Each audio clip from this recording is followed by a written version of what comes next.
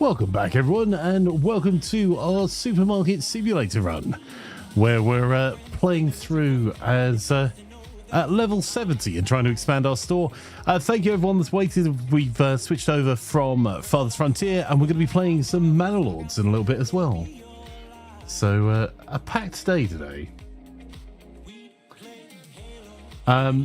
Is this streamer speak for since I've managed to ruin this run? Let's move on to a game I can sort of not ruin. 2 flanker voices? Oh no.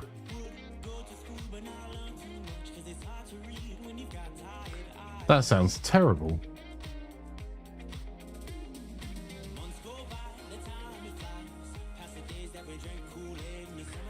Right. Welcome to our supermarket simulator store. YouTube also started. Well, we are currently running on this one to try and get our next level, so we need another 5 grand or so, and our stocks have been pretty much decimated, so we'll see how well this goes. But rather than try and do a big restock, I think we just open the doors and panic. Seems like the only correct streamer thing to do.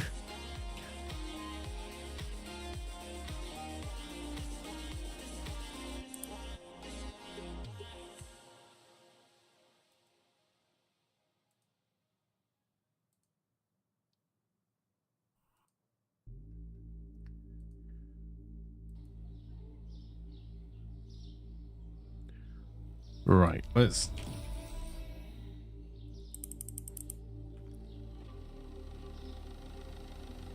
So 244.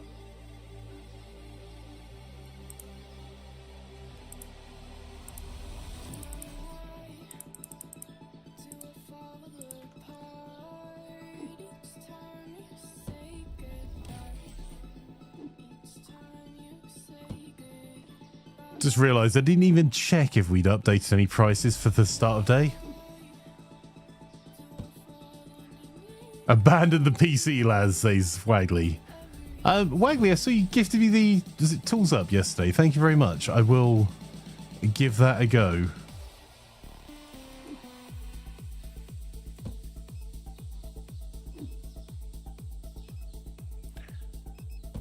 I would pay money to remove that fence. Oh, I forgot I left the checkout open. Checking for anything else. All right, nothing else looks like it's going to immediately run out.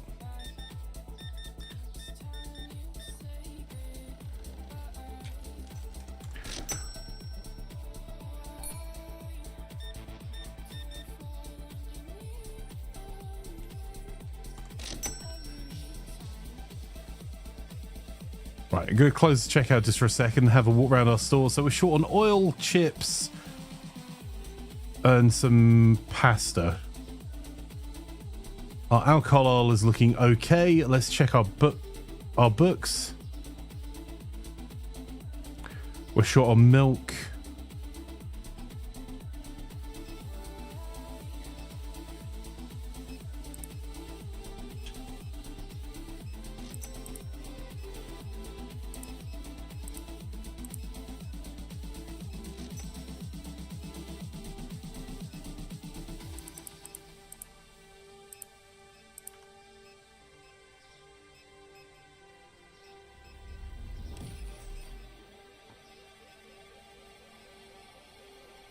Cleaner, red cleaner, and 3 box potatoes.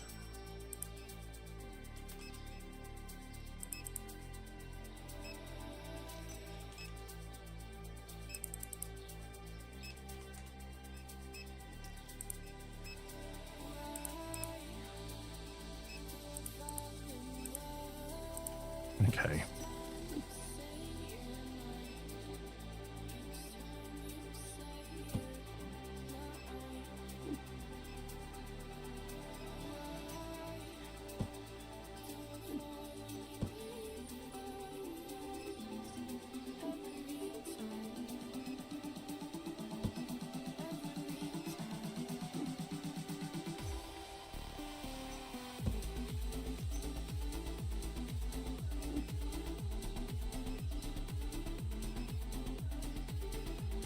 I'll go and put these out on the shelf because we were definitely short.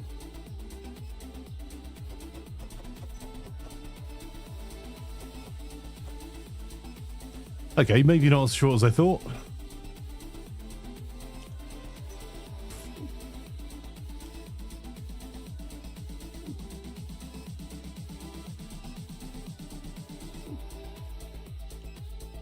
Oh, fine.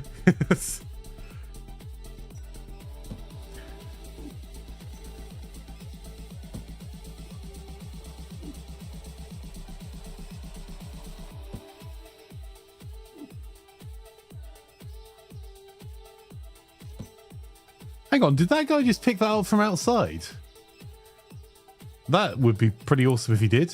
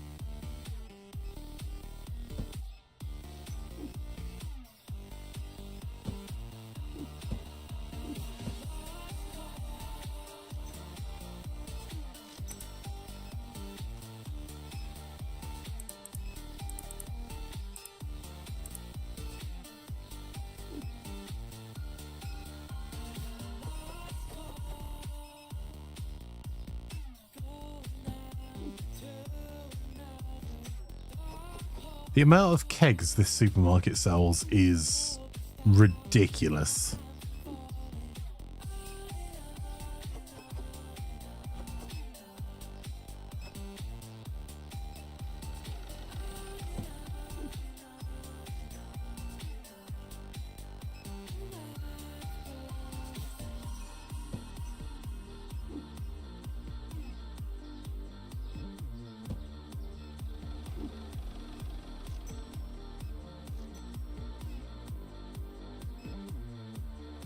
Oh, our queues are on the big side.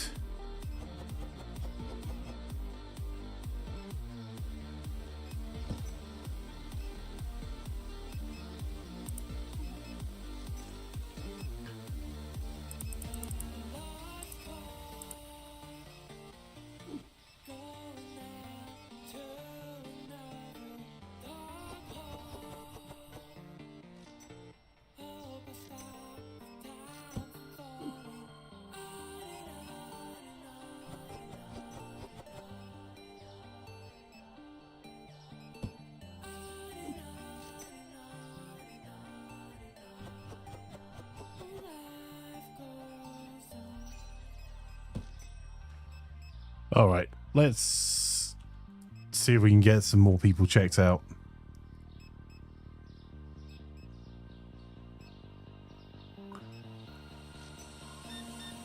I got a good bonus at work so you can have the 350. Well, happy to you got a bonus at work, Wagley, and they appreciate the game.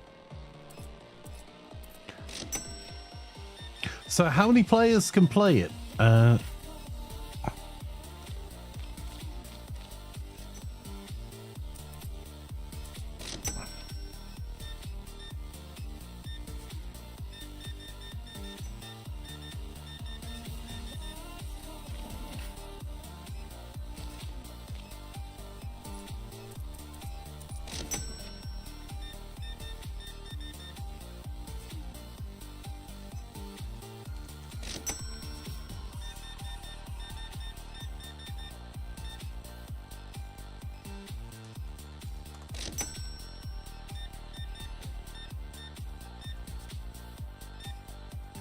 We might actually have to do some restocking of the store tomorrow before we open, because this is...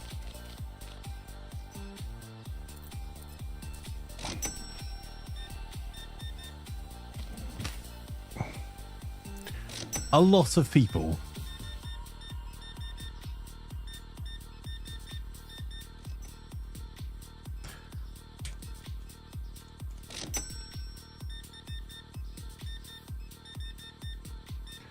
Also, a minor problem.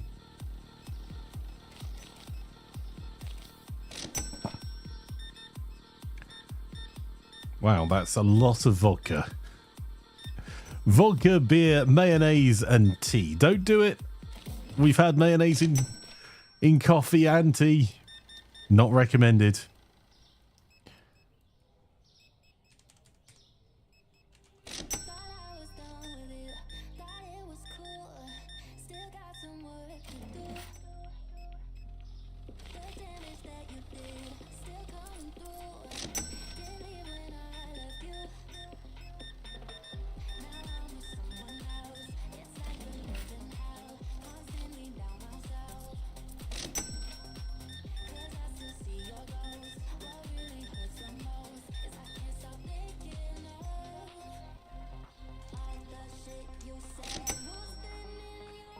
Couldn't find tuna. Damn it. I can see the empty space in the fridge back there as well.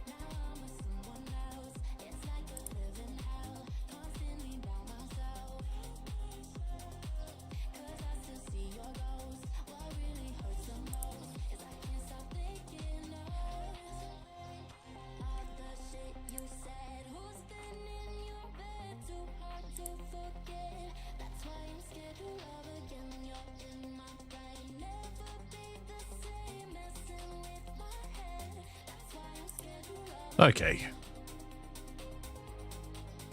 Finished the day. 2 products weren't found. 1 was found to be expensive, so we obviously missed a price hike.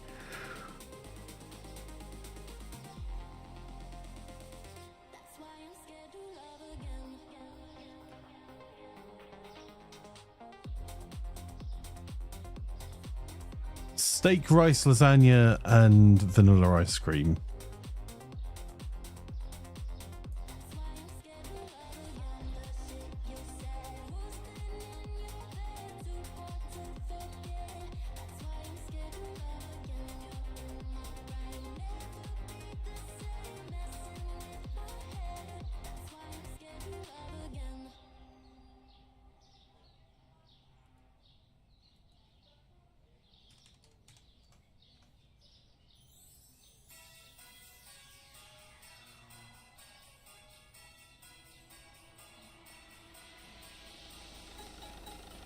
What the? We're not doing Jingle Bells.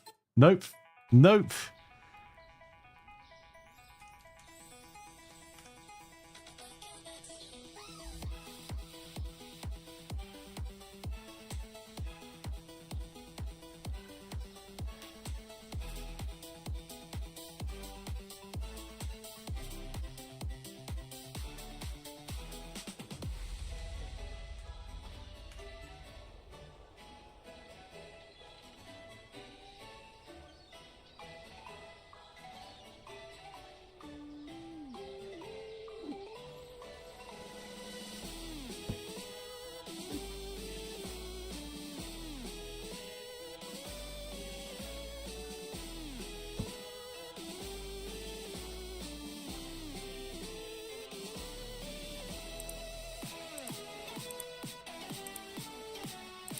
Alright, what's our next license? We can get cleaner cat food and dog food. Or we can go with cleaner dishwasher tabs, dish soap and fabric softener. Which you reckon, chat? We can't really afford to do this, but, you know, why not live on the edge?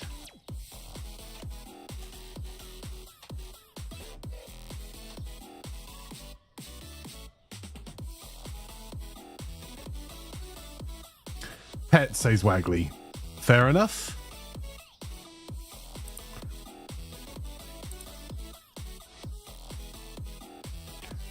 All right, let's have a look at the pet stuff. Also, we forgot to change well, I couldn't remember what the price was, so...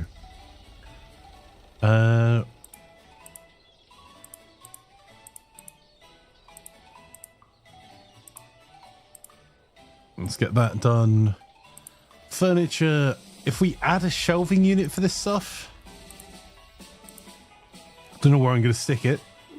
Polite answers on the back of a postcard, please. Would that fit in this corner?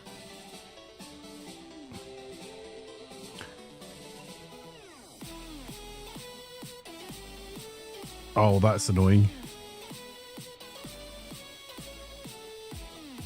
Because I can't get to the light switch if I put it there.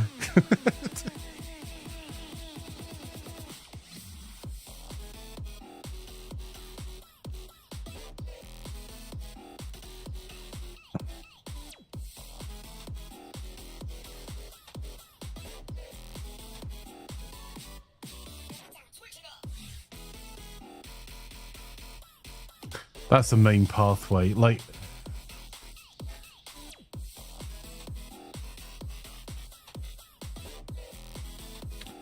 yeah, you're right. Put a freezer there because you can reach over it. That's... I'll put the additional chicken freezer over this side.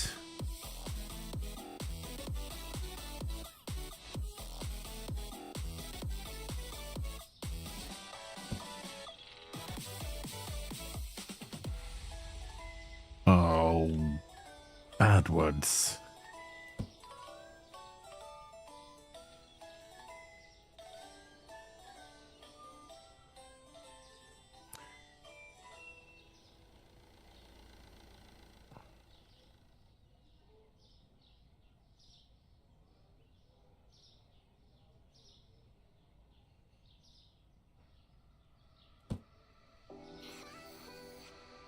I hate everything about this.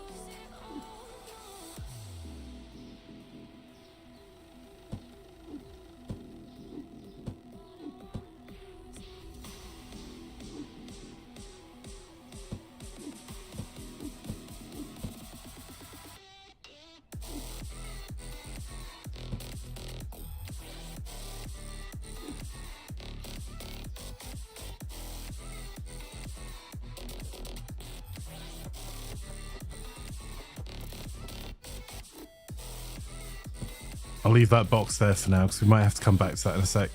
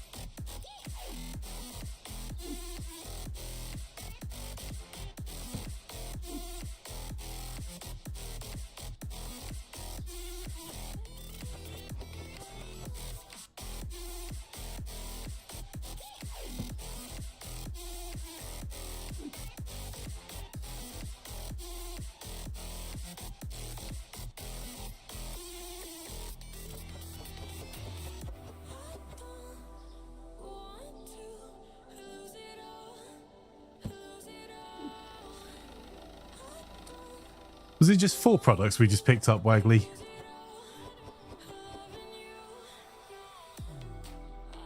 Cool. Thank you, Waggly. Oh, we need bleach. Lots of bleach.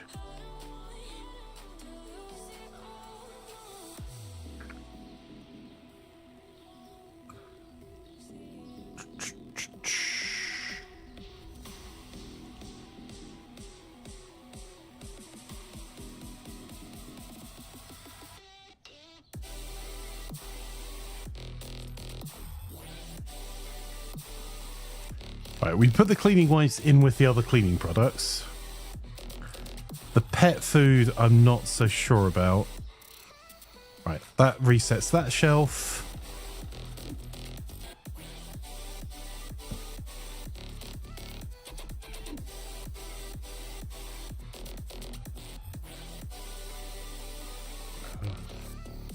We've got quite a lot of kegs at the front of house. Maybe we stick the pet food in the keg space with the alcohol.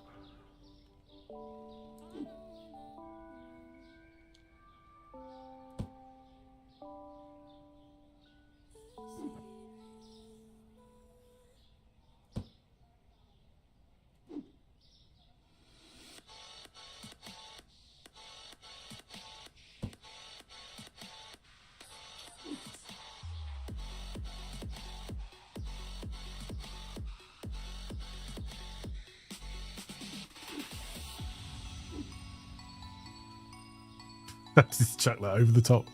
Okay, well, that's fine. Don't do everything around here. Well, it'd be easier if you did.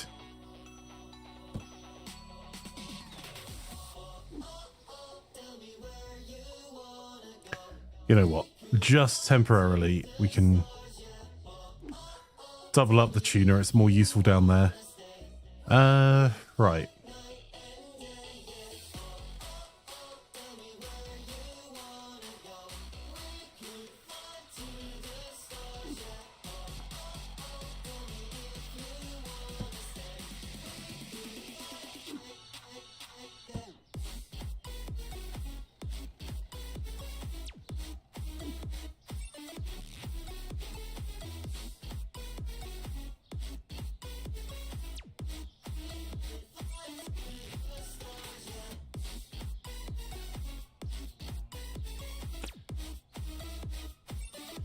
Changed my mind.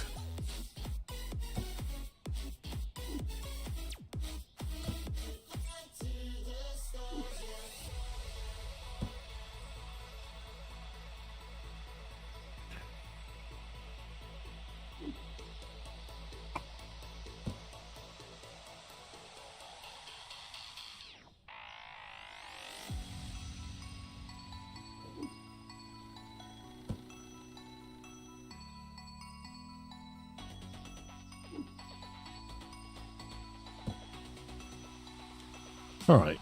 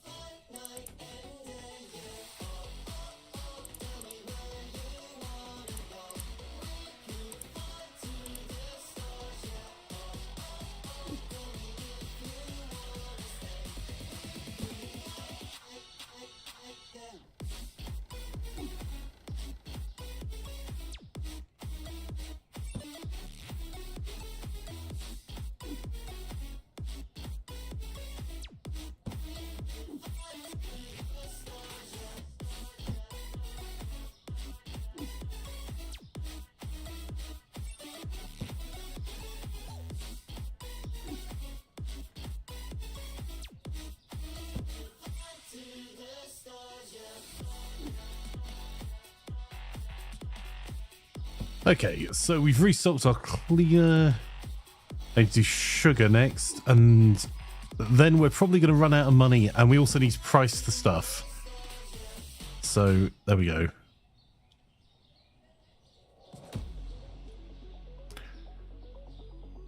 Lasagna.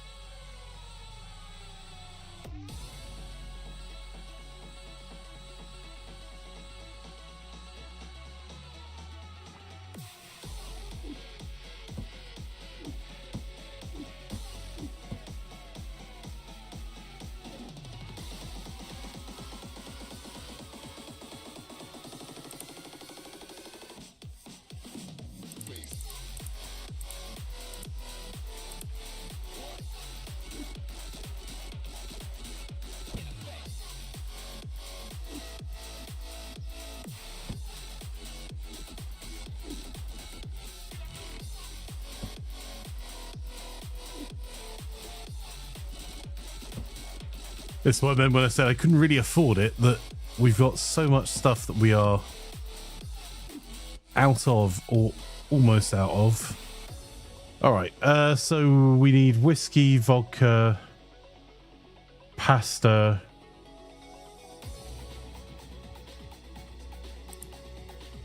and that's just Wagley's dinner.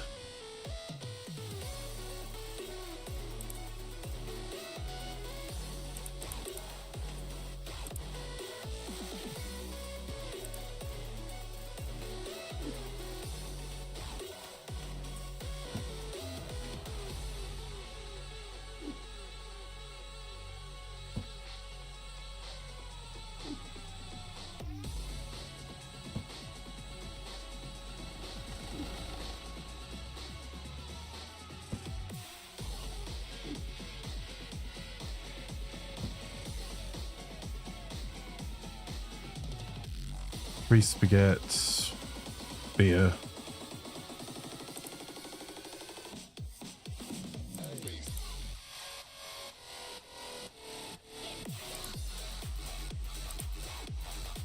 Oh, no, we're out of money.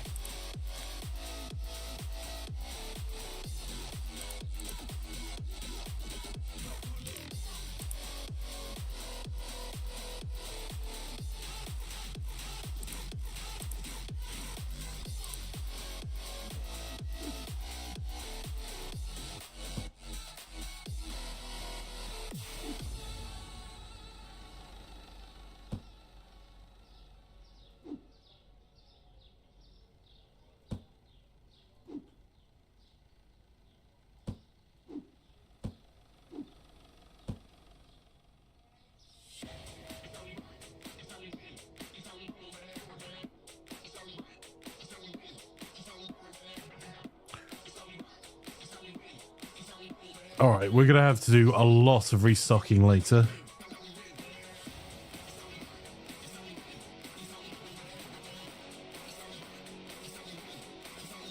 But we're going to have to open as we are because we don't have any more money.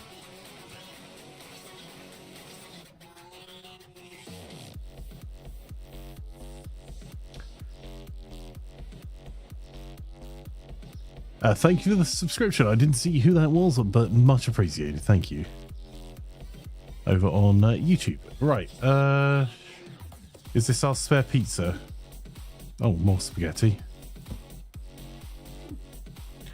A corner of shame. Ah.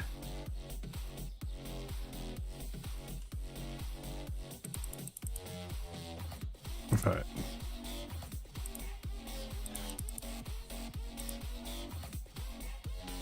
And finally, the last thing before we open, let's check our management. How close are we being able to hire another assistant? We are so close. We might actually manage it today.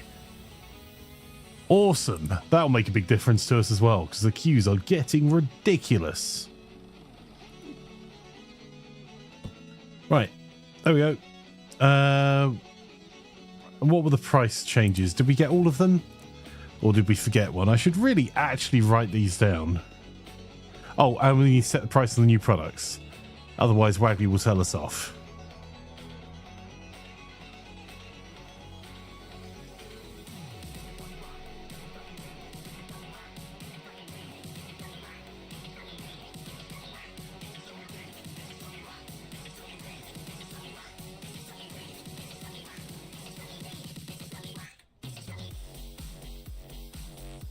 Steak went up in price.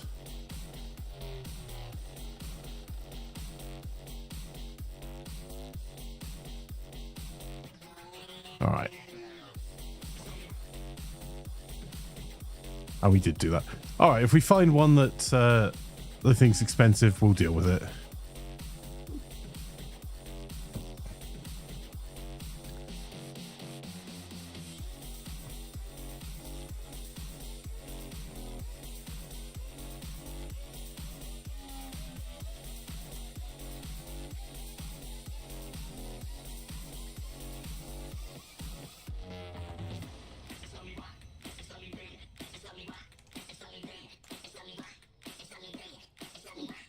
I think that pat we're going to end up needing loads of.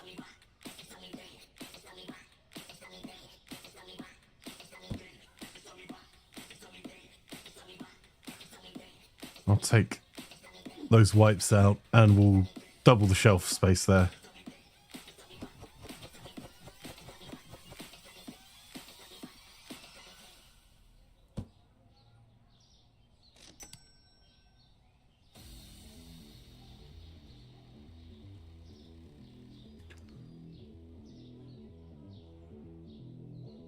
We can get some early customers served, then maybe we'll be able to do some of the quick restocks. Actually, how expensive is the next expansion?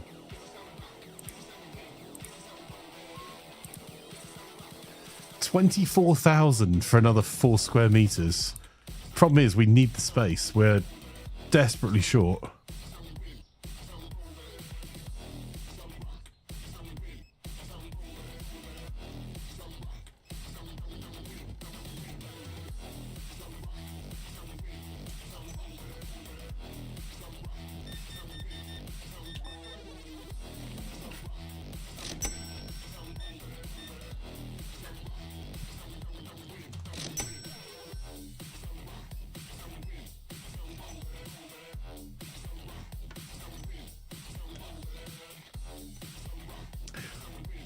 We were out of the cake in stock, but I think we've got some back there. We're going to need more of that pat.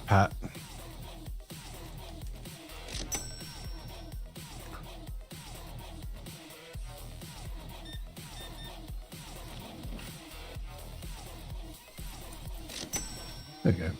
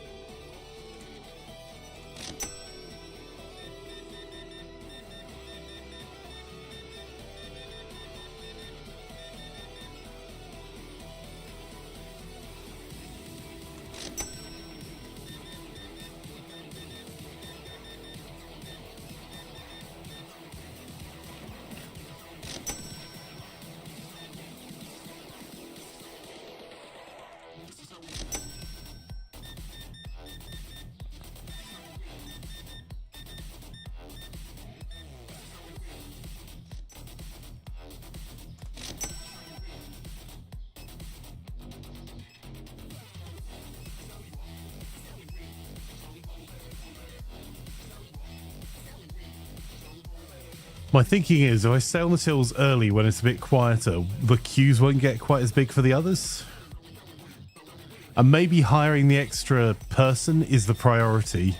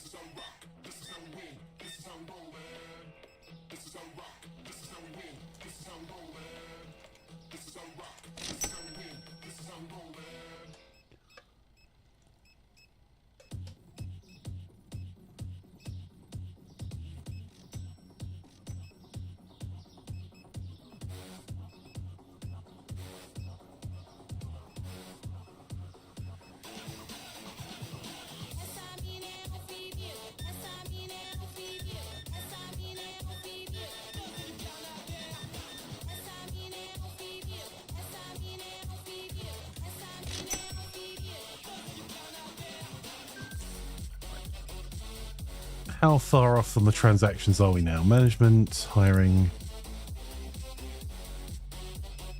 14.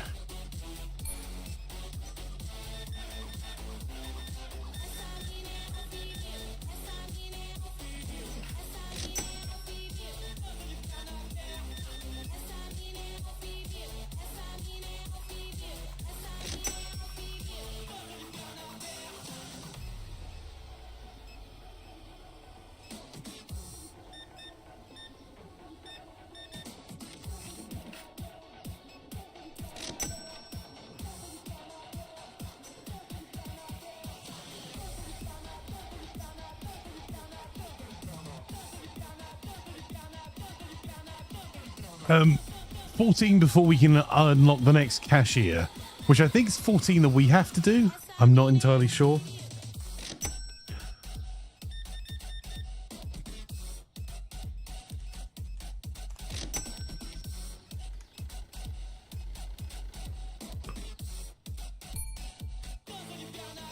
Nine more.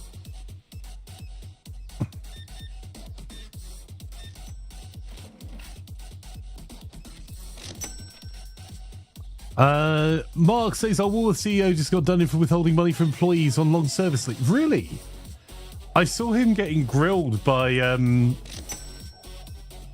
parliamentary committee and being reminded that not answering the question, he has to very specifically say he doesn't know the answer. He can't just avoid the question, and that if he fails to answer questions where he does know the answer, he could be facing jail time.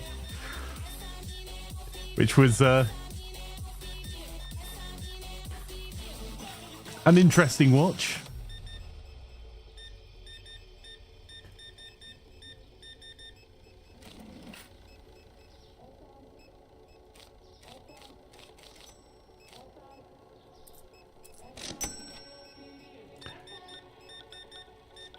Calix says, I'm taking that question on notice, should have been his default response. Right?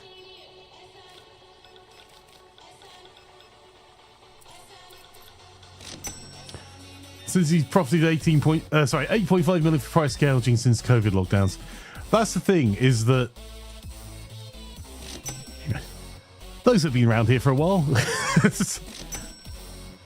There has absolutely been inflationary pressures on a lot of core items.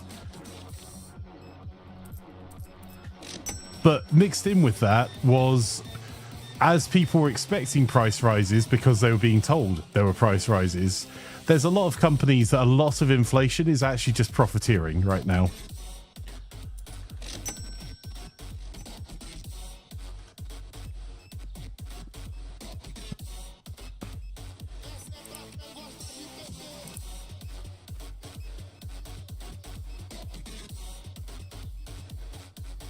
Oh my word, that is a lot of restocking he's done. Like, definitely fuel prices went up, and fuel prices have an impact across the board. Freight prices went up. Freight prices have an impact across the board. However, there are also definitely companies that looked at that and expanded their margins and expanded their own range and then used those own brands to expand their margins, which is nothing wrong with expanding your margins on own brand products or by offering own brand competitive products against brands that then allow you to make a wider profit margin while matching the same price or lower than the main brands. But you don't get to do that and then claim poverty.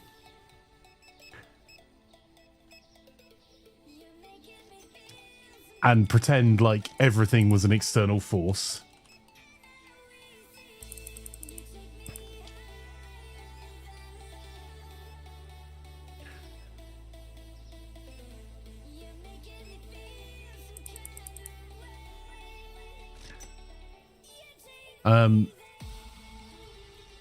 So it was relevant for the current gameplay. Yeah, absolutely, Mark. So the reason that Wagley got me this, thank you again, Wagley, for that, is that A, I think she thought it would be funny to troll me. B, I have quite a lot of experience advising retailers as a consultant for a number of years, as one of the hats I've worn.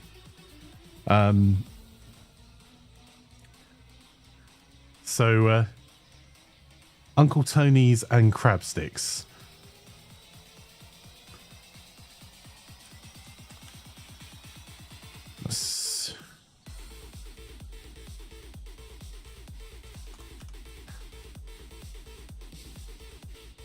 Also, something that happened over here that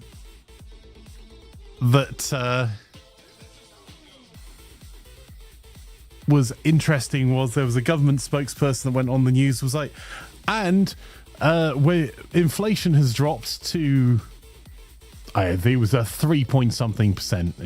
It dropped down In fact, let's check the UK inflation rate now. Let's be correct.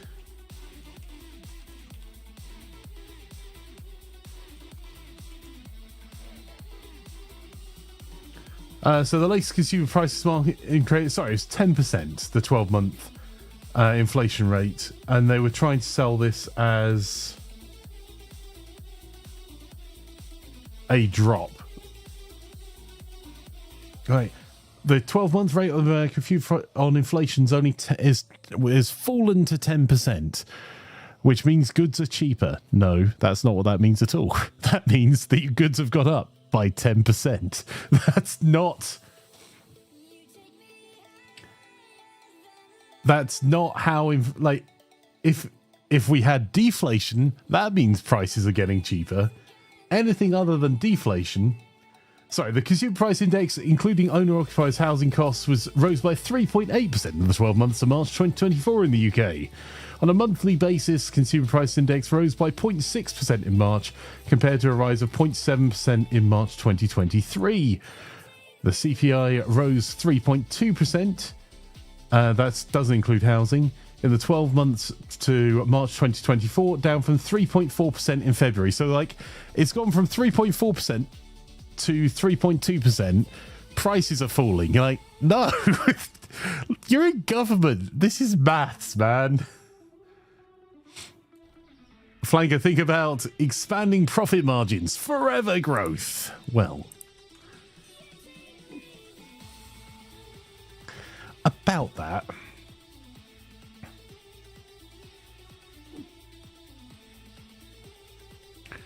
Your house value's gone up by 40k. Nothing about that could be true. Yeah. Like, and it's one of the challenges, right? Because there is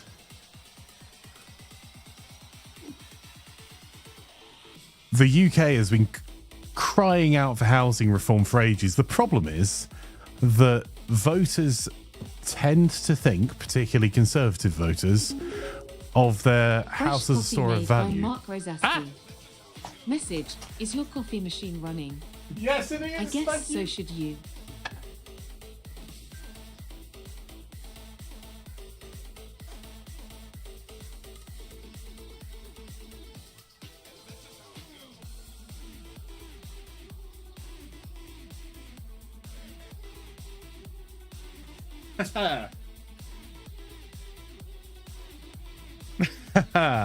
Thank you very much, Mark. Got there just in time. Yes, so biggest problem is that housing is perceived as a store of wealth rather than just actually a core human need, which means that it's not in people's interest, not in people in government's interest, to actually reform the housing market in the way it needs to be done. Which leads to all sorts of weird and wonderful problems.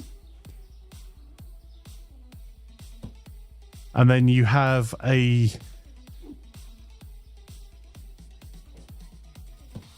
landlord group that have used the consumer price inflation to say that the market rates have gone up. Therefore, rents should go up.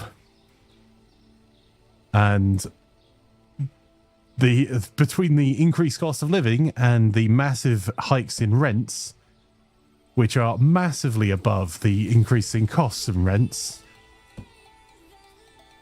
you're seeing a real problem.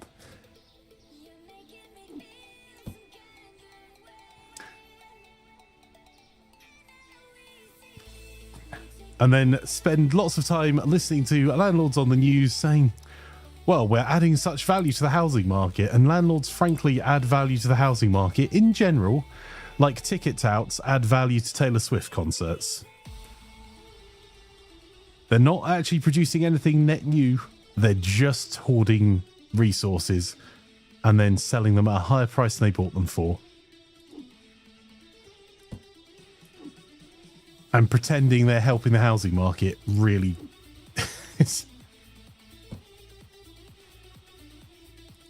is not exactly a sustainable position for them.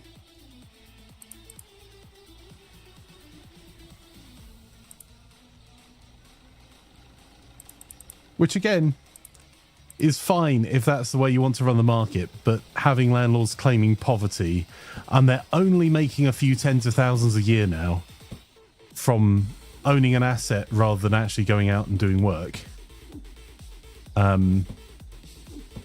while increasing the prices to those that do add value to the economy by going out and doing work, and asking the government to support them is spectacular. Stop buying avocado toast, says Laz. I cry myself out as well. You should get more donuts and coffee, Mark. Oh.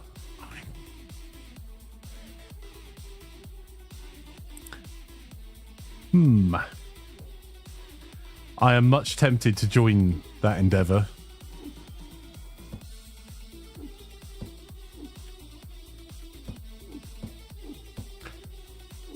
My interest rate has gone up by 2% for my mortgage from 2.1%.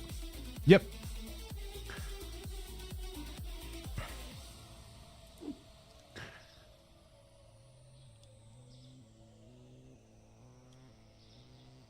Yeet. Ha-ha! Got there.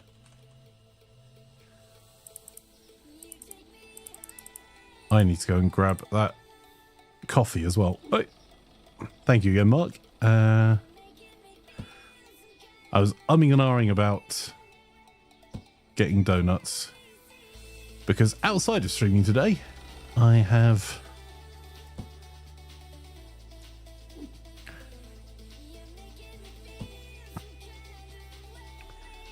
a ton of meetings.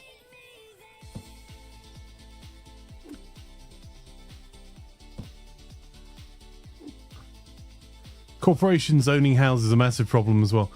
Yeah, I mean, you're starting to see it in the US housing market where a very large percentage of homes are being bought by corporates. And I think that really proper housing reform in the UK would look like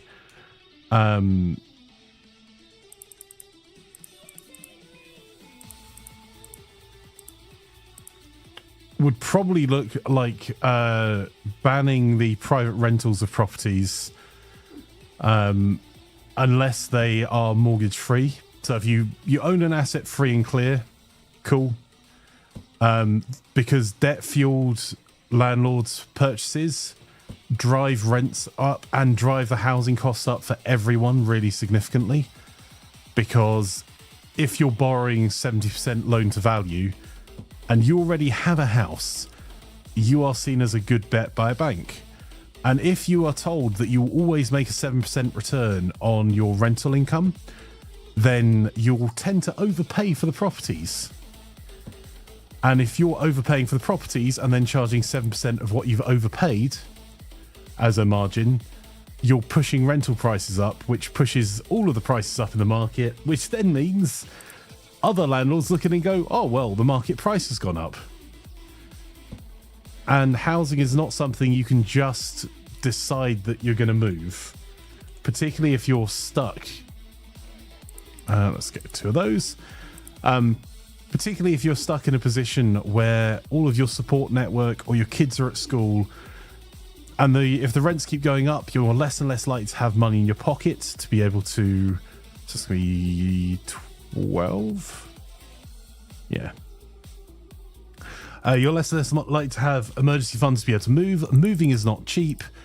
Inertia is a thing. And yeah, you just end up with this vicious cycle that means that people that are actually working get poorer and poorer. And it's a debt-fueled purchasing of assets. It's not that they're actually owned. So they're competing for the same mortgages and then just charging massively more. Banning Airbnbs would also be a positive move. Like, if you want to have an Airbnb, that's cool. But you need to have it needs to be classed as a commercial property. You need planning permission. And you should be required to pay the business rates that hotels do. Because the difference between hotel business rates and domestic council tax is enormous. For a property that rents out for even say 10 grand a year, your council tax is probably 1,200 to 1,800 quid. Business rates for the same property would probably be 5 to 6,000.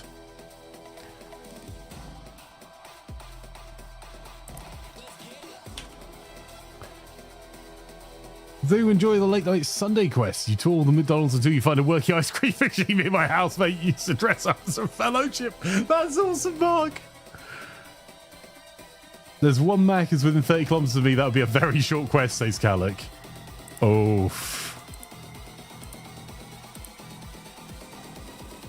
Let's take the Oreo pieces to Isengard.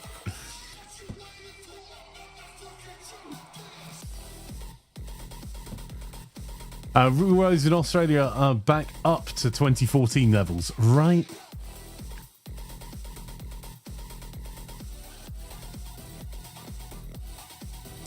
I don't mind people owning homes to make money. I have problems owning hundreds of houses.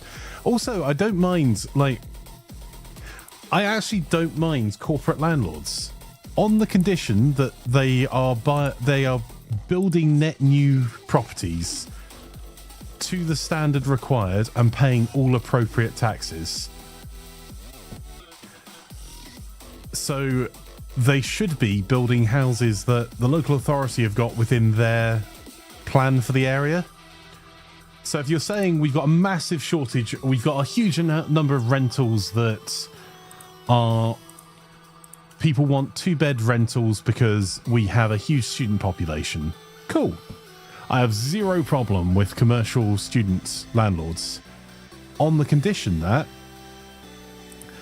they maintain the properties properly and they are adding net new housing. If you purchase a house that's a 2-bedroom terraced house and then turn it into a HMO for 12 people, that's not adding proper housing supply. That's screwing people over and ruining people's quality of life. So build to rent I'm fine with, as long as the local authority are saying there's a demand locally. But I would rather people built to own. Because really, everything else in the economy revolves around housing. If the wolf is at the door, you're not going to be spending more on consumer goods. You're not going to be spending more on going out, which is, the hospitality sector relies on. You're not going to be spending money on more goods and services. You're just going to be servicing those basic needs. When the wolf's no longer at the door, you can afford to do more interesting stuff. You can afford to go and spend money in the real economy.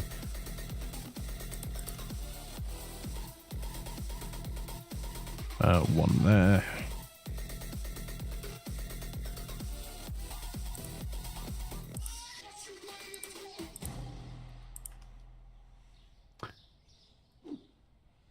Flanker rant number 15,822,000. Oh no, sorry. To the 15,823,685,220. Right, let's do that.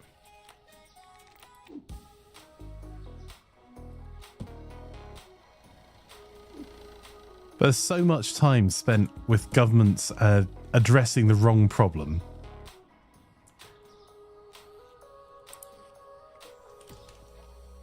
And also, I think that if you're a mortgage lending bank, it should be illegal for you to rent properties out. Pick a lane. You can either be a bank and lend on mortgages, or you can rent properties. In the UK, I believe Lloyd's has a property rentals arm that's acquiring properties to rent. That's a problem. Honey, peanut, cheese.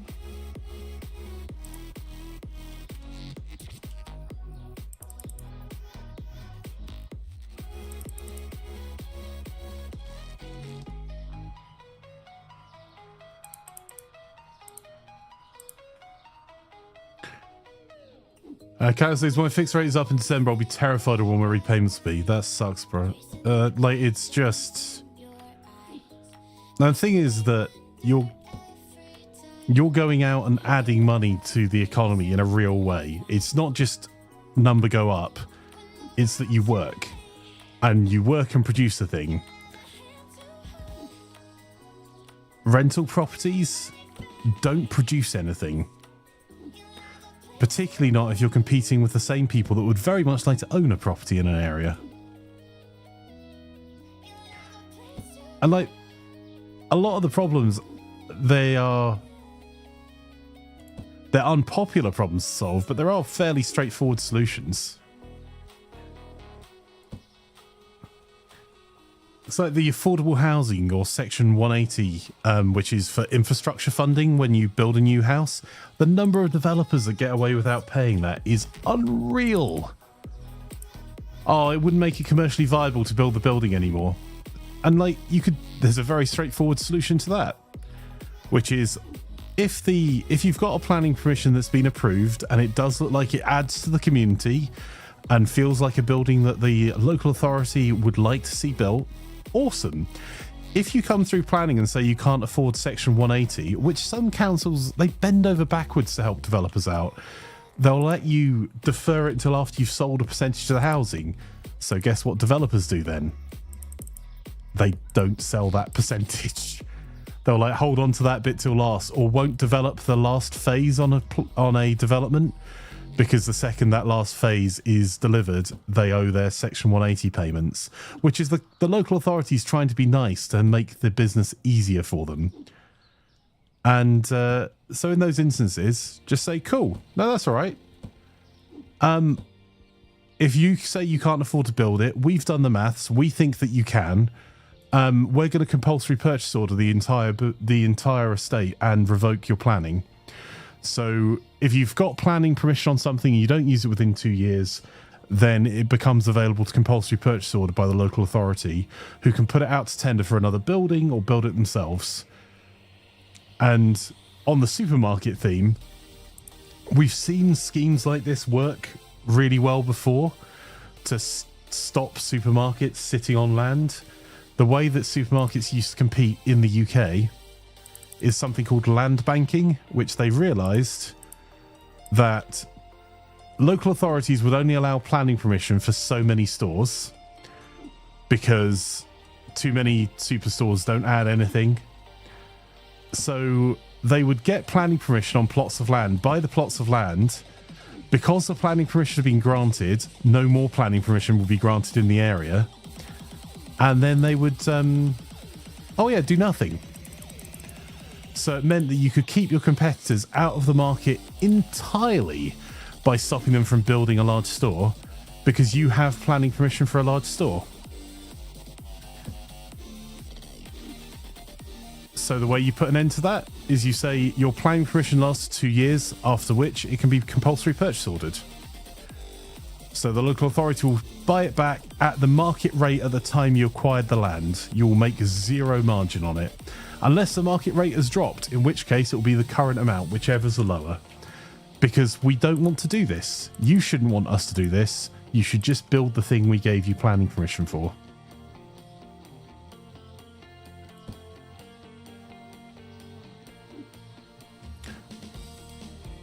Well, I talk about doing a Guinness World Record and building a house out of Lego, says Mark. Well, feed the homeless, the hungry. Well, boom, famine and homeless solved. Next, says Calix. Problem solved. Compulsory acquisition, at least in Australia, is really complex. Yeah, and simplifying those laws would terrify developers. It would be amazing how fast things would change. It's the same things that happened with when companies go, oh, well, you know, we couldn't possibly comply with any sort of sugar tax because we just can't. We can't reformulate. It would be utterly impossible. The sugar tax laws passed in the UK for fizzy drinks. The reformulation was done within days. They could always do it. They were always able to do it. They just didn't want to do it because if you reduce sugar in products, you change the bliss point, which means that consumers consume less of it.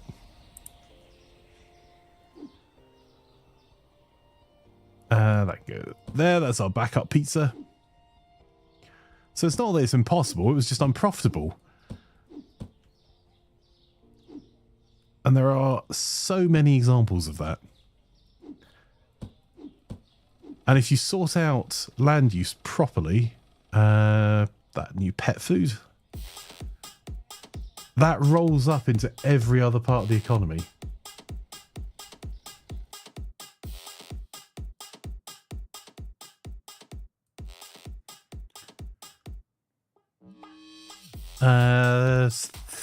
That one, and that one.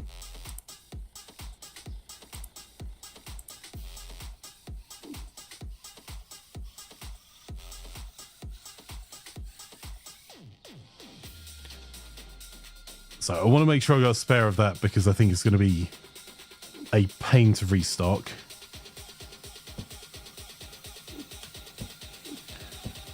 And I saw this one we'd sold out of. Or we're selling a lot of anyway. So we'll take another one of those.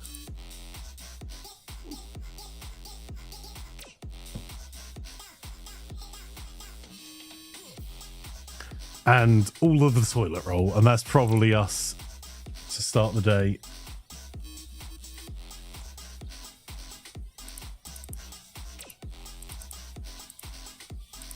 Done. The only reason you say was Medicare, but a lot of dogs are no longer bulk billing. I might abandon ship and pick a new country. Yeah. That's the thing, like... It's really depressing to see people kind of looking at shifting country because of like simple housing problems that can fairly easily be solved.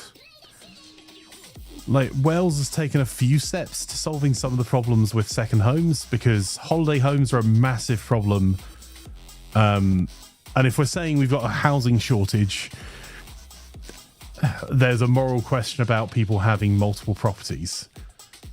Or you just build more. And it's amazing if you say to people, well, look, if we can't build more housing in the area, we're not going to be able to... we're going to have to look at compulsory purchase orders for second homes or massively ramping the tax up. It's amazing how quickly they go from opposing every bit of planning in the local area, which they normally don't live in, to suddenly being A-OK with it and very positive about the local planning laws.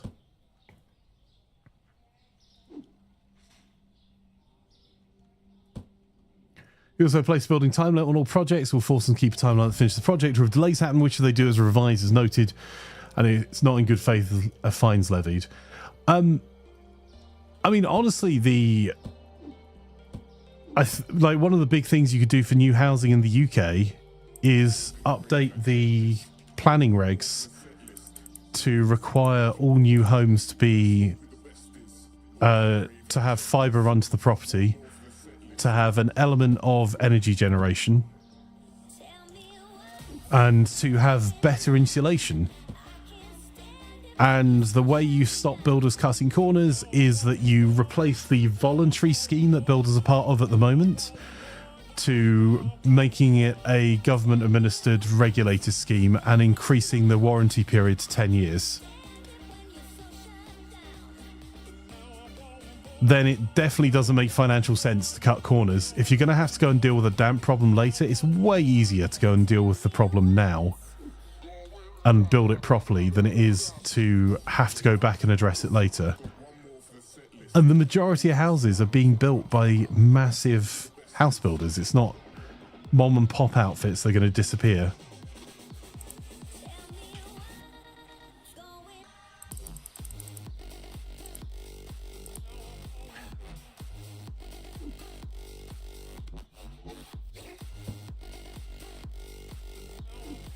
And doing things like short-term solutions. So the way Wales dealt with second homes was they ramped council tax. Council tax for a second home is a multiple of primary homes. And the reason being that if you've bought a house in this picturesque small village and you only visit it once every once a year. You go and live there for 3 months. That's off the housing market for primary care workers, for anyone else in the meantime.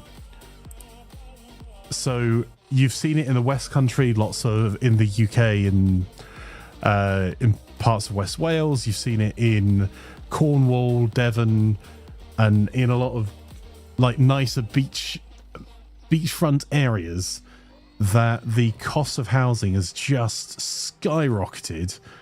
And in the meantime, there's no one there to provide basic services, because if you're a carer earning a little over minimum wage, you absolutely can't afford to be paying £500,000 for a home or the equivalent rent.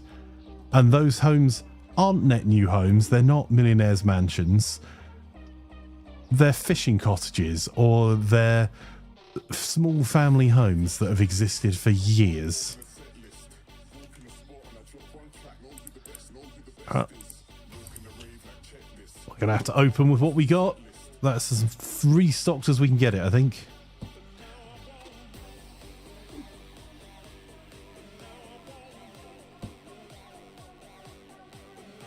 Which is the same argument that you had in California recently. I'm just having a quick look to see if there's anything we're desperate for out here. More kegs. Everything else is looking alright. Oh, hang on. What are we out of there?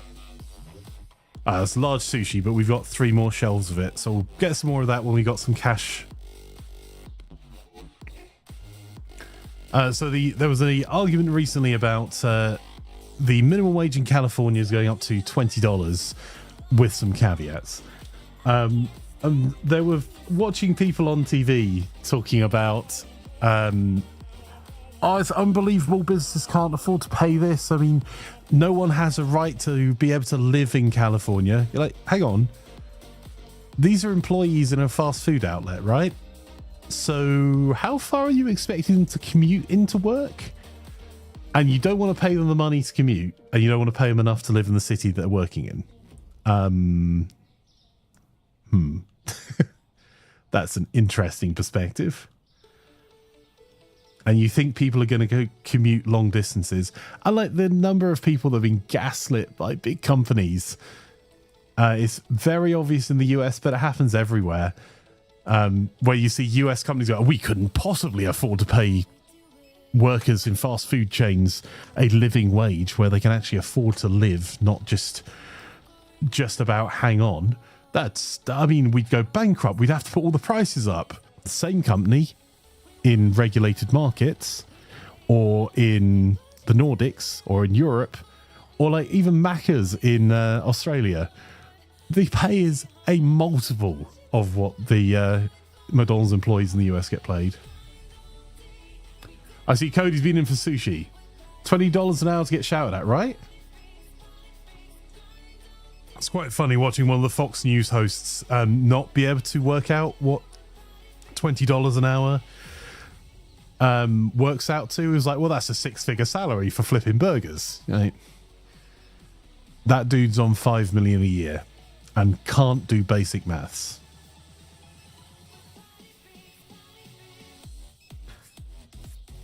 There you go, Les. How long did that take you?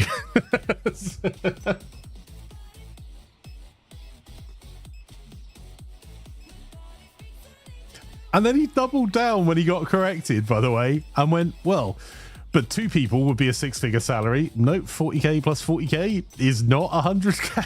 I don't know what to tell you, buddy.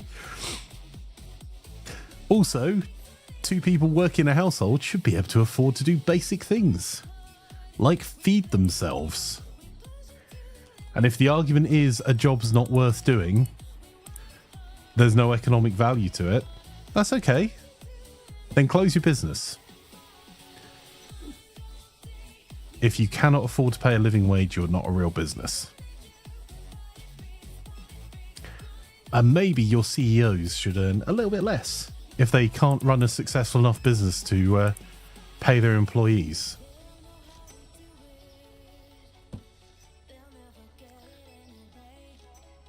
175,000 a year if you work every single hour of the year. Right?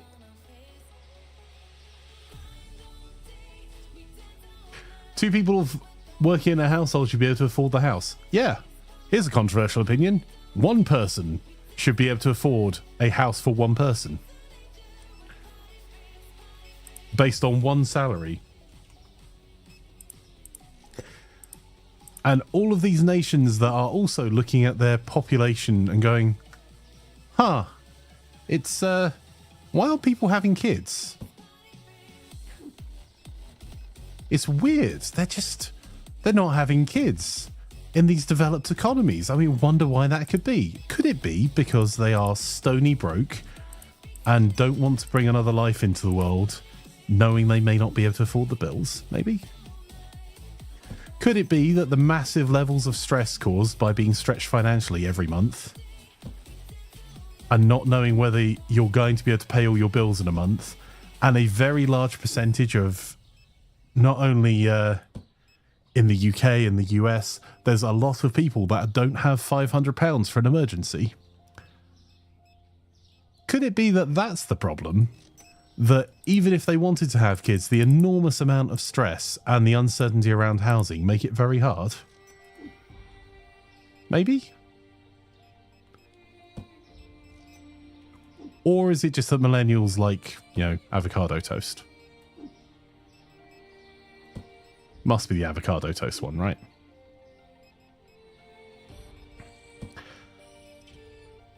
Birth rates in the UK was 322 per 1,000 people, a decline of 0.48 from 2021. Yeah, it's not surprising because, you know, stress affects fertility, and there's like so many other things. Like stress affects your ability to, let's put that out there. Stress shortens life, causes other causes medical complications, makes a lot of things worse. And if you have a government that is going to be responsible for the healthcare, maybe reducing stress and improving the housing stability for people should be a priority. I think I'm actually going to double up on our large sushi.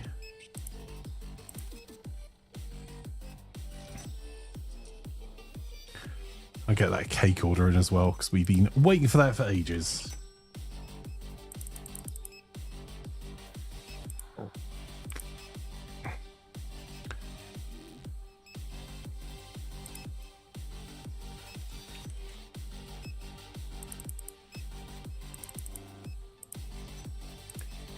There we go.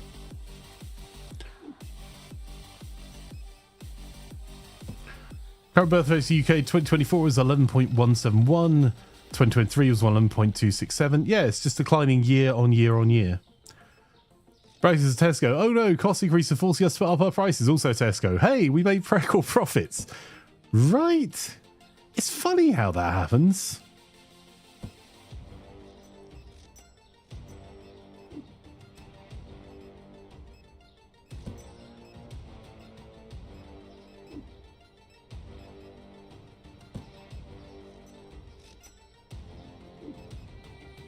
And I do have sympathy with companies that have to make price adjustments. I genuinely do.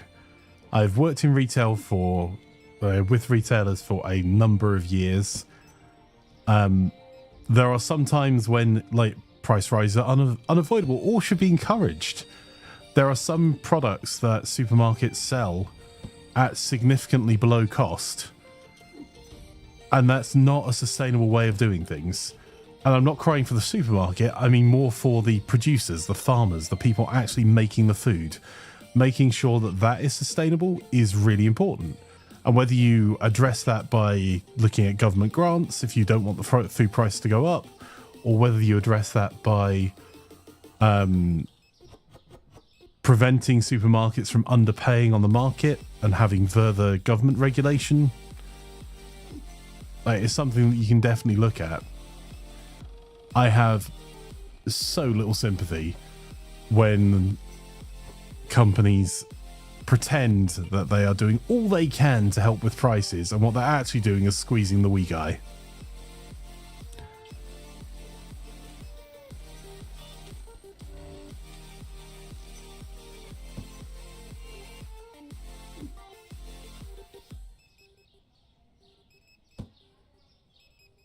Morning, Choppy. How are you?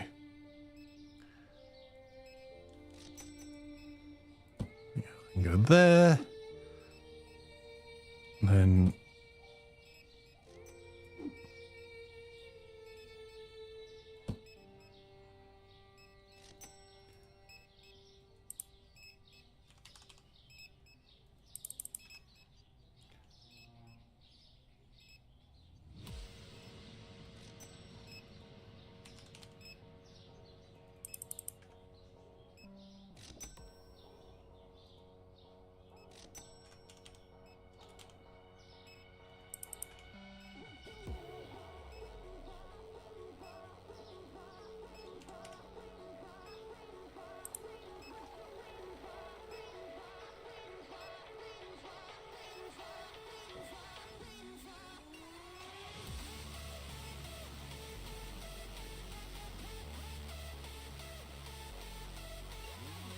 unsurprisingly, we need bleach.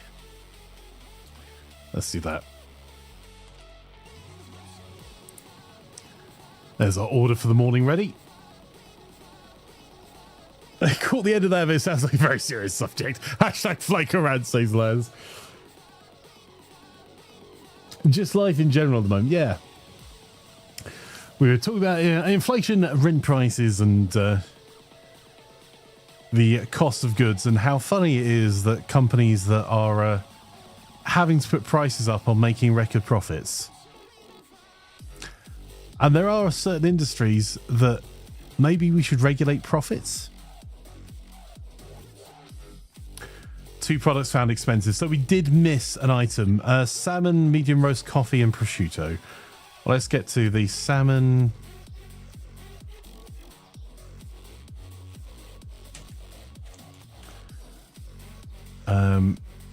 And salmon is there.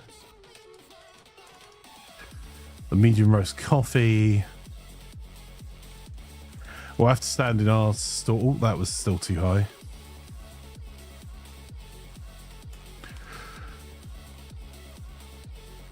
Let's check all the other coffee while we're standing here.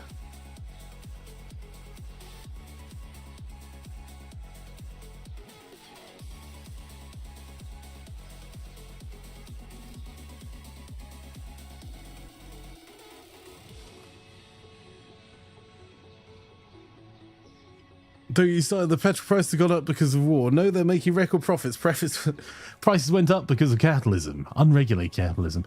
Yeah, I mean, like one of the examples that one of the things that we could very easily do.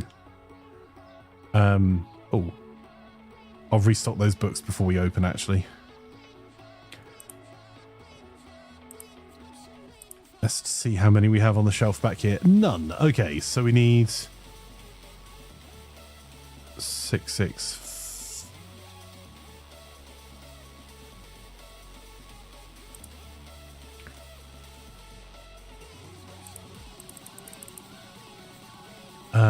There we go.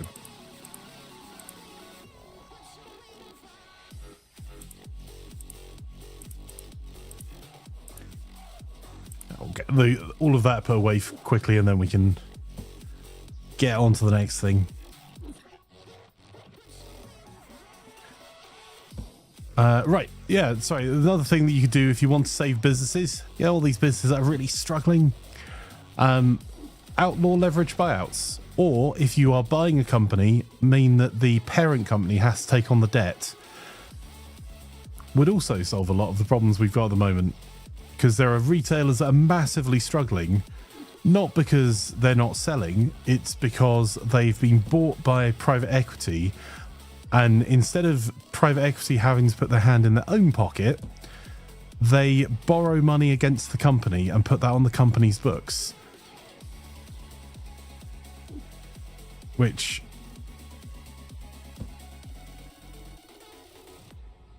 effectively just means there's a massive debt burden on the company, which when money is cheap doesn't seem that much of a problem. When money is expensive, suddenly all those companies are really struggling. And if you look at pretty much every brand that you can think of that has fallen over and failed, particularly legacy brands, so brands that have been around for 20 odd years before they disappeared, most of it is because they've been purchased at some point by someone, and they've added massively to the debt burden. And then been very surprised when the fact they have to service that debt means that the company can't afford to carry on. And a lot of the time, they take out the money and then pay themselves a dividend. And then leave the company with the debt, let the company fold, and you've effectively bought a company for nothing to you, taken out massive dividends, and then let the company fall over. Then move on to the next one. And it destroys jobs for no real benefit to the economy.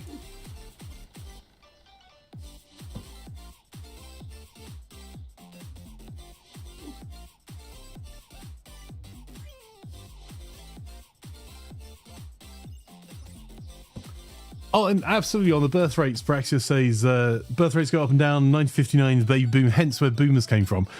But if you look at the circumstances surrounding that, there are obviously a few things.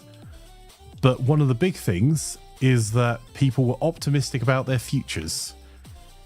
There was a necessity, but also you had a roof over your head. You look at the buildings in the UK. I mean, I'm not saying they were pretty, but post-war there were a lot of new towns built that then meant that... So green and that one. Hang on.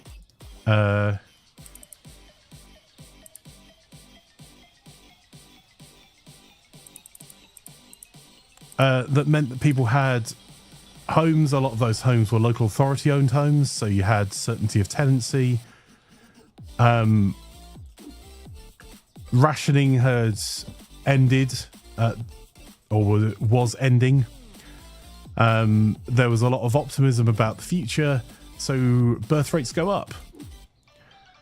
And the common cause in a lot of developed economies is when you see birth rates drop is when optimism drops and when stress increases and ill health increases. And there is a argument to be had that in parts of the world with higher infant mortality, you're more likely to have more children as a survival strategy. But in general, in developed economies, you can see birth rates rise and fall based on how optimistic people are for the future and how secure they are in their own home. So we got 4 colouring books, 2 of that one.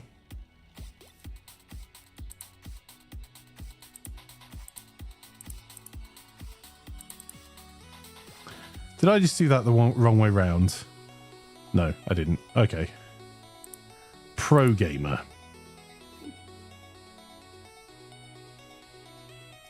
Imagine having enough money to buy a house. Imagine being safe and comfortable in life without having to think about bringing new life to the world. Yeah, and it really is. Like, human needs aren't that difficult. I've been very lucky in my career. I've got to travel all over the world, and between some countries that would see themselves as incompatible. And when you actually get behind it all, everyone wants the same thing everywhere, pretty much. Like, don't get me wrong, there are arseholes in the population all over the world, and some of those people get into power. And that sucks. But like the everyday people in every country all want the same things. You want to be able to be safe. You want a roof over your head. You want to be able to know where your next meal's coming from. You don't want to have to worry about illegal seizure of your property. And if you have kids, you want them to do a little bit better than you did. That's it. Whether it's in Belarus or in China, in Hong Kong, in the UK, in Japan, in Australia, in the US, in Canada. Like, everyday people all have the same outlook. There are very few everyday people looking to start a war. And the reason people are susceptible to propaganda is people are looking for simple solutions to problems that people don't actually want to solve. So the UK, there was a lot of propaganda for years about from the right-wing parties in the UK about, all of our problems are caused by immigration. Okay. And we've changed the law, except we're part of the European Union, and the EU, those unelected officials are passing laws that mean we can't possibly get rid of people from the country. That wasn't what was causing the uplift. There was a massive transference of property to the private rented sector, enormous amounts of debt lending fueling that. And they absolutely had the ability to change immigration rules. There are immigration rules within the EU that prevent you from staying in some countries unless you have a job within a certain period of time. But they didn't want to deal with that problem. And then they pulled a surprise Pikachu face when people believed what they said and voted to leave the EU when they realised that would be disastrous for the economy. And then some people, very opportunistically, decided, well, if we think we're going to be able to pass this anyway, I can probably make my star rise a little bit more by being one of the sane ones on that side of the argument. And we ended up with a prime minister that did that. 5 shampoo, 3 soap, and 3 oil.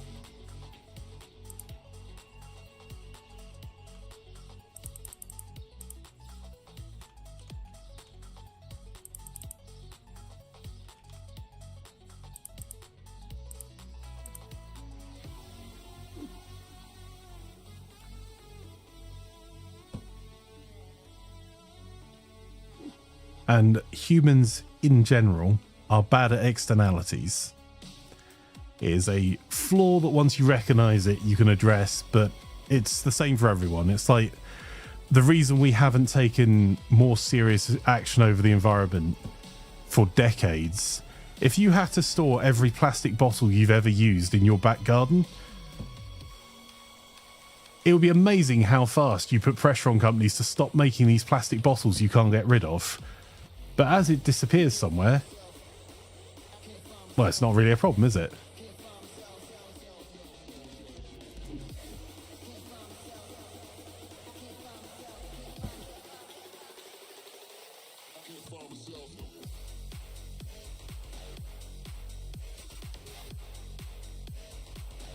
So you mean stop overcrowding the world and you need people to feel worse about the future? No. But you could... If you improve healthcare, you actually reduce the really, really high birth rates you see in countries with high infant mortality. And if you want to ensure that you've at least got a replacement rate going in other countries,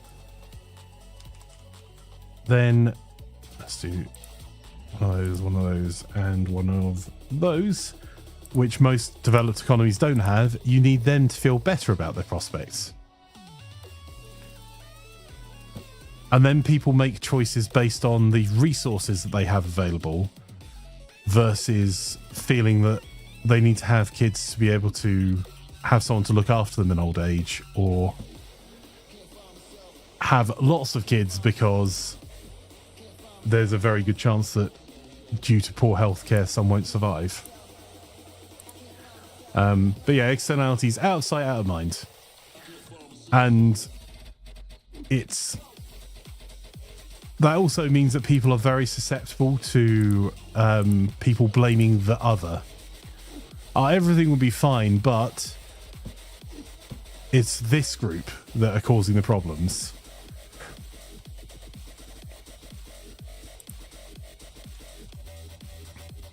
And it very rarely is.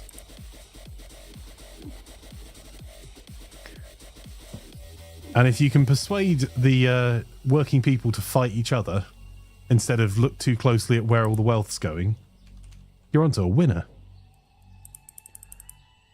So getting poor people that are struggling to blame even poorer people who are also struggling for all of their woes is a winning strategy.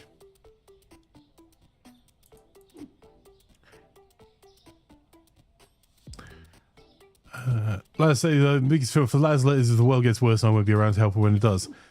Yeah, and I think that's the thing. Like, it doesn't have to. That's the aggravating thing about all of it. If you're like, oh, well, you know, the sun's exploding in 4 weeks, so, you know, there's nothing we can do. Sure. But all of these are solvable problems. Like, some of them won't be popular to solve. Scallops and the 2 ham things. So, what we're doing here, while putting the world to rights, is just making sure we've got we're increasing the depth of our stock so we can run a few days in a row. Because we managed to get one upgrade, but if we want to expand to get the other one, we're going to need more shelf space. I think I have shelf space out the front, but not really out back here. Which means that we either need to do a lot of rearranging, or that's lasagna. Oh, is that steak?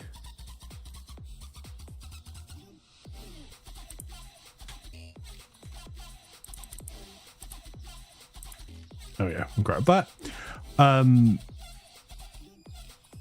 Or it means we need more shelf space out front to be able to make the front of house last longer. So the more shelf space out front you have for a product, the less out back you need. The more you have out back, the less out front you need. That Parma ham. It's not Parma ham, is it? It's prosciutto.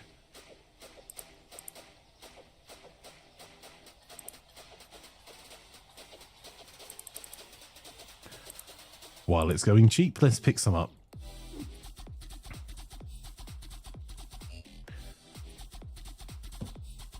But yeah, like, the great thing is none of the problems are insurmountable. None of them are world-ending problems that cannot be addressed in some way. It's just people actually have to want to make the changes.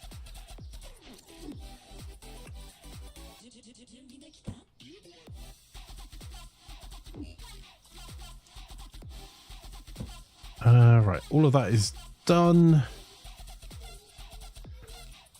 We're running low on beer and kegs again, but we can get those done. We'll get the store open because we need more money. Let's get soda.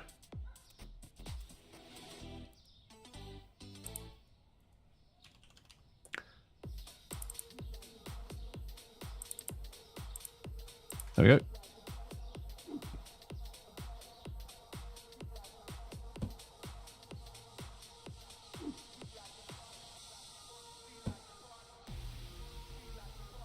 We're going to keep running into that toilet roll box until we manage to get it on the shelf.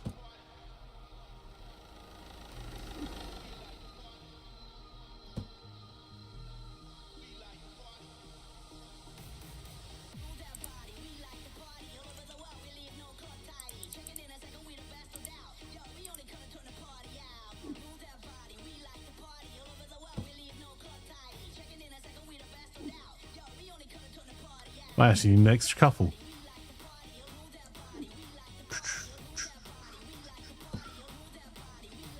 Right, 2 more potatoes. 2 milk.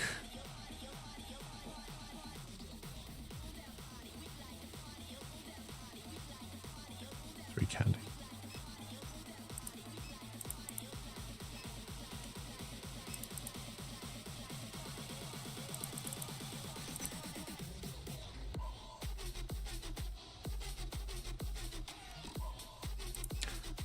We're being charged $8 shipping per order. I didn't even realise that. Oh, we'll keep filling that basket then. We're being charged shipping.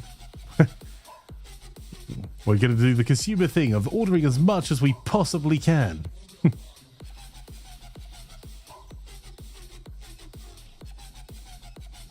Balance that on there.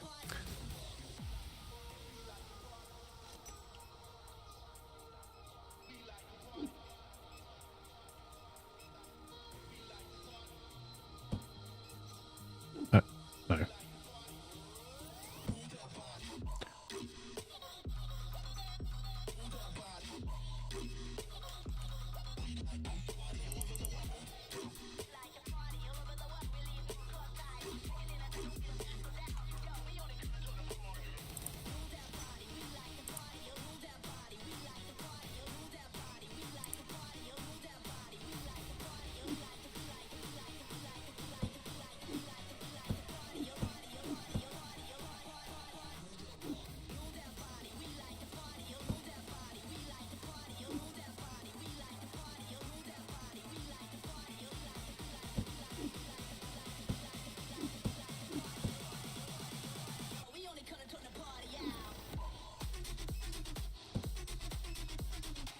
Right, we'll get the flour in and then we'll go and check out inside the store and see if we can figure out A, what we're missing, and B, what we've overpriced. Because something's overpriced in there. Because our customers keep complaining about it. But because we're in here, we don't get to see it.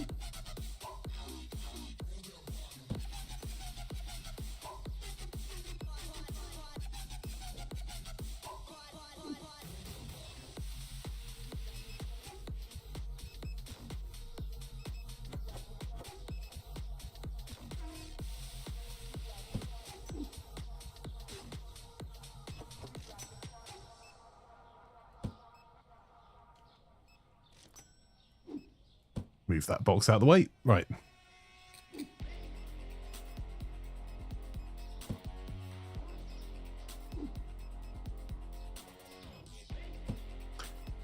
Okay. So we probably need more kegs, but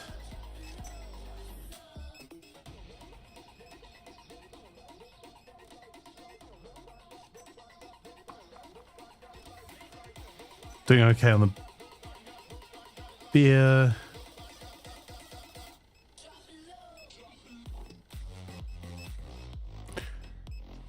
Even with that extra cashier, the queues are still getting pretty long.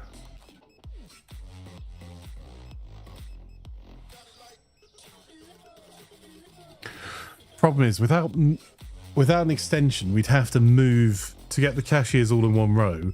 We'd have to move this entire row over one.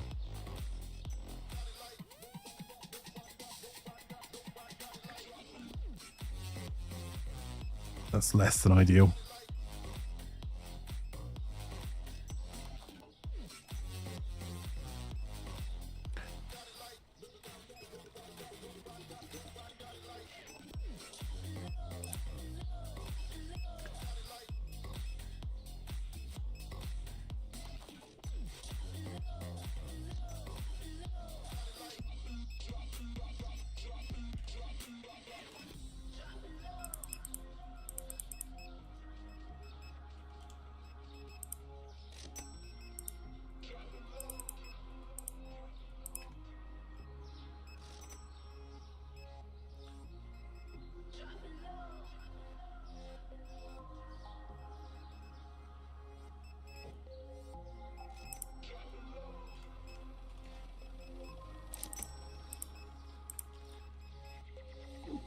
We shouldn't be doing these small deliveries. We're being charged a lot for them, but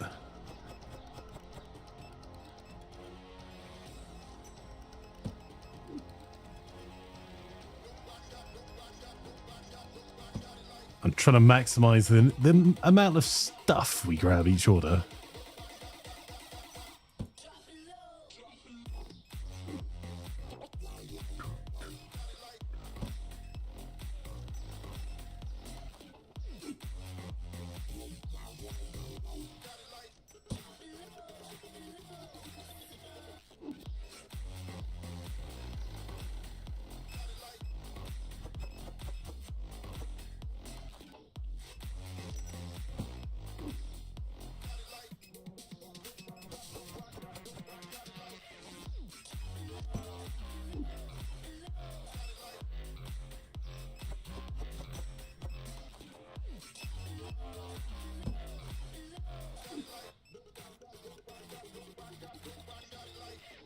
All right, we managed to restock the yogurt. We've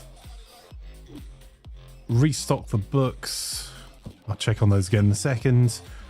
We probably need to restock more of the sodas and then all of our fridge stuff.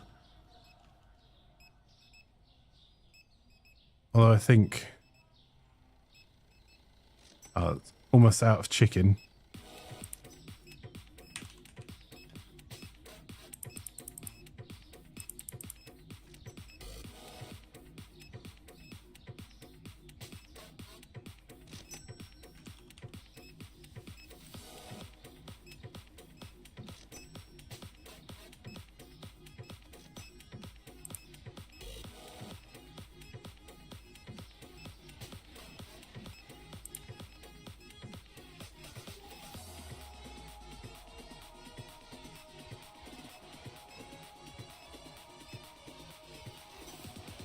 There you go. That'll get us a look at it.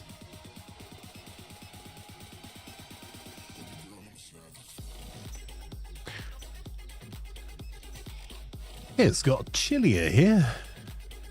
It's lovely and sunny outside, but 13 degrees when you've got a breeze blowing at your back.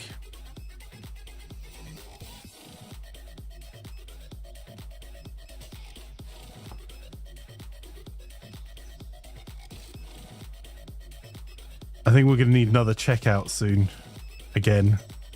Right, let's get the boom tabs out while we're waiting.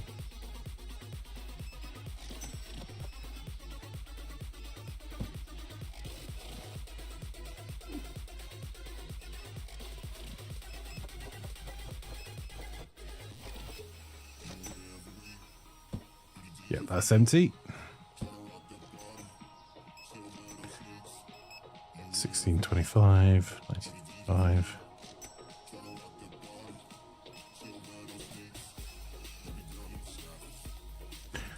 So I'm just going through, and as we're checking an area,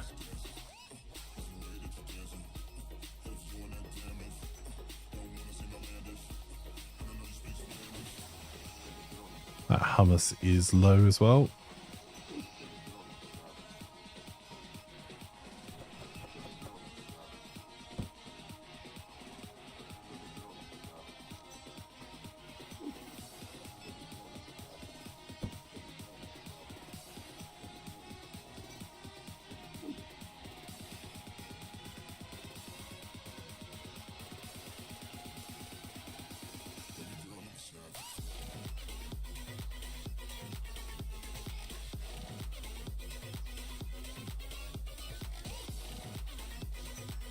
Comté cheese. Oh, he's doing that. Okay, I won't do that then. Mozzarella.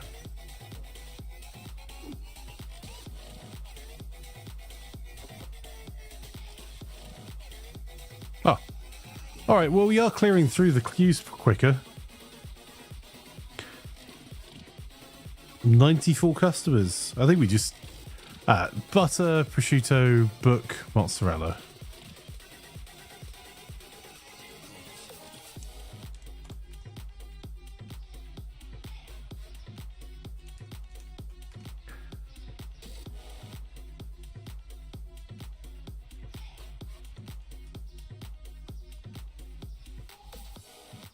Check all the books while we're standing here.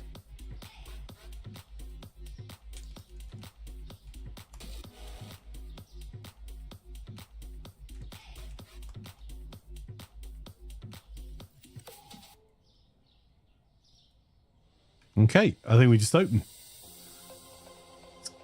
Get the order placed.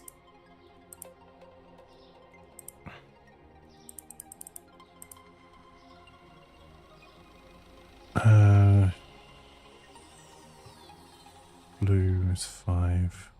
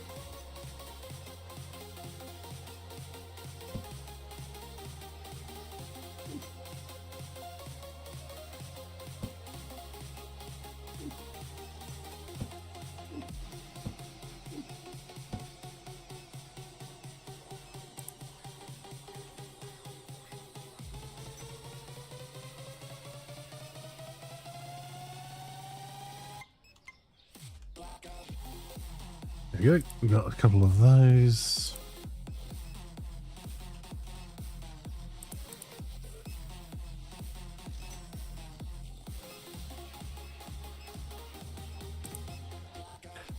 Dog food.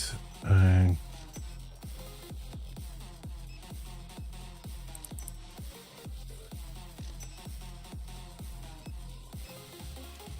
thank you again for the coffee, Mark. Much appreciated. Rather enjoying it with the nothing quite like some fresh air and a coffee.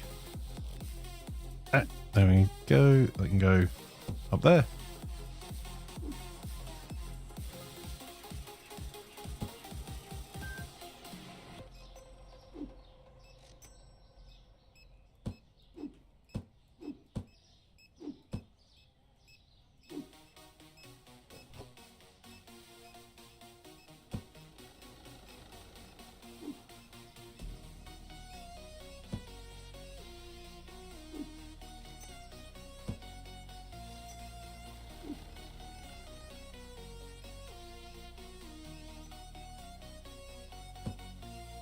Oh, looked up to see we have no toilet paper.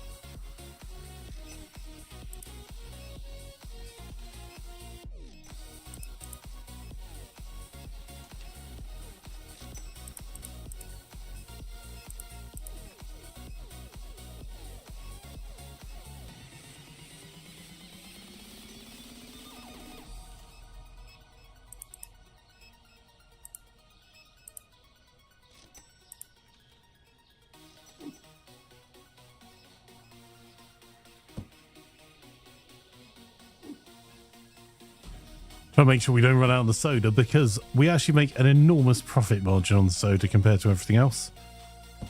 To realise all the lights were off. Pro gamer right here.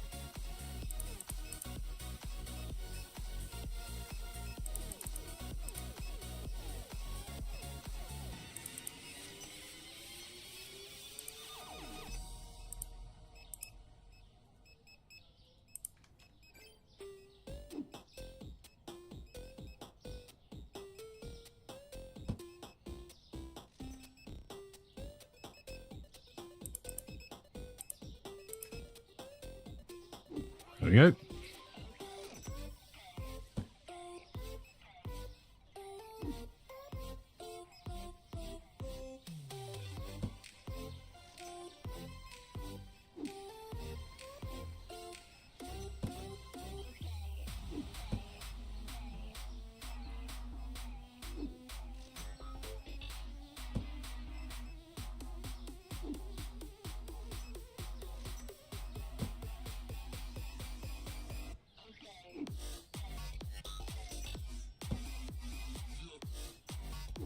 All right, I think that's not been terrible. We've expanded our range. We've got pet food in.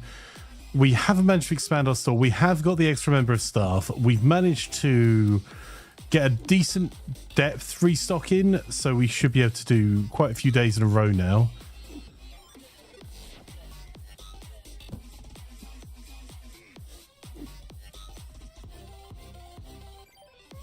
And we've not run out of too much stuff.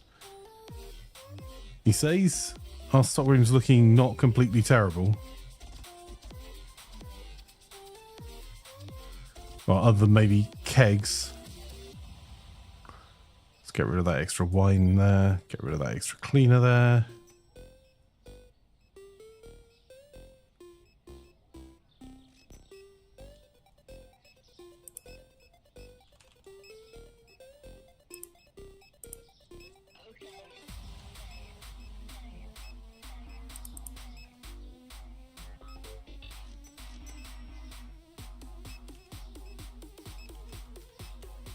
I type good.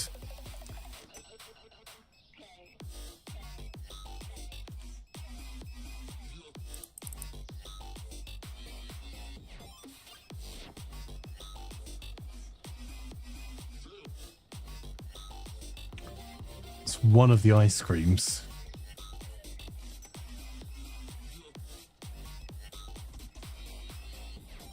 I think Bombeck, maybe? Yeah. All right. I think that's us with another order pretty set for the morning.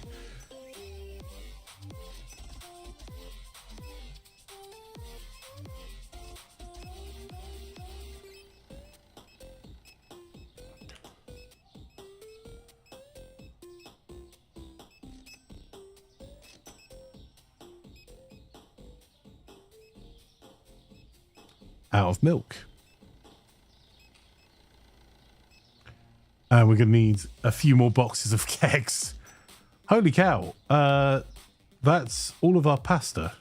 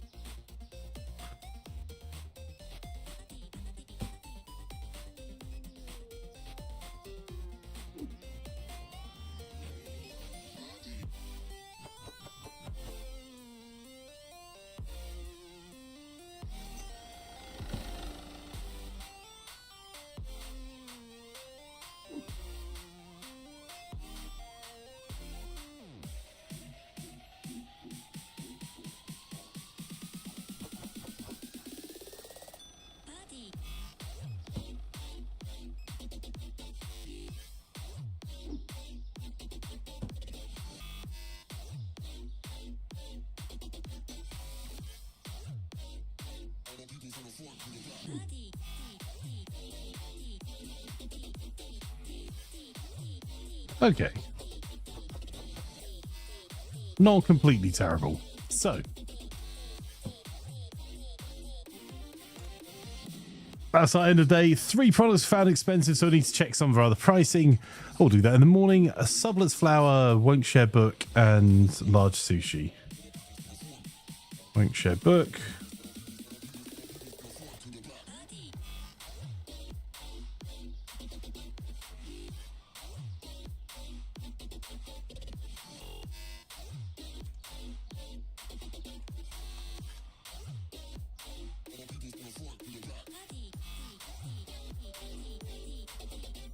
And that's the last one. Okay.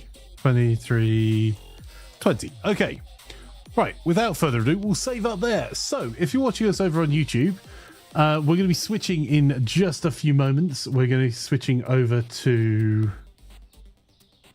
Manor Lords. So if you want to join us over for Manor Lords, you are most welcome. The stream will be ending here now and then switching over to Manor Lords in just a few seconds. If you're on Twitch, if you just wait exactly where you are, we'll be switching over to Manor Lords, an awesome game I'm sure you'll thoroughly enjoy. Thank you all for watching. If you are watching on YouTube, you can do the whole liking, subscribing, ring the notification bell. It helps significantly more than you would know. We're aiming to get to 1,000 subscribers on YouTube, which would make an enormous difference on the our ability to keep producing content. So truly appreciate it. Thank you all. We'll leave you just for a few seconds. The YouTube stream will end. The Manalore stream is already showing, so you should be able to head on straight over there if you want to join us for Manalords. Right, I'll be back in just a few seconds. We'll have a bit of a change of pace from managing a supermarché to growing our army and hopefully our third town in Manalore. So I'll be back in just a moment.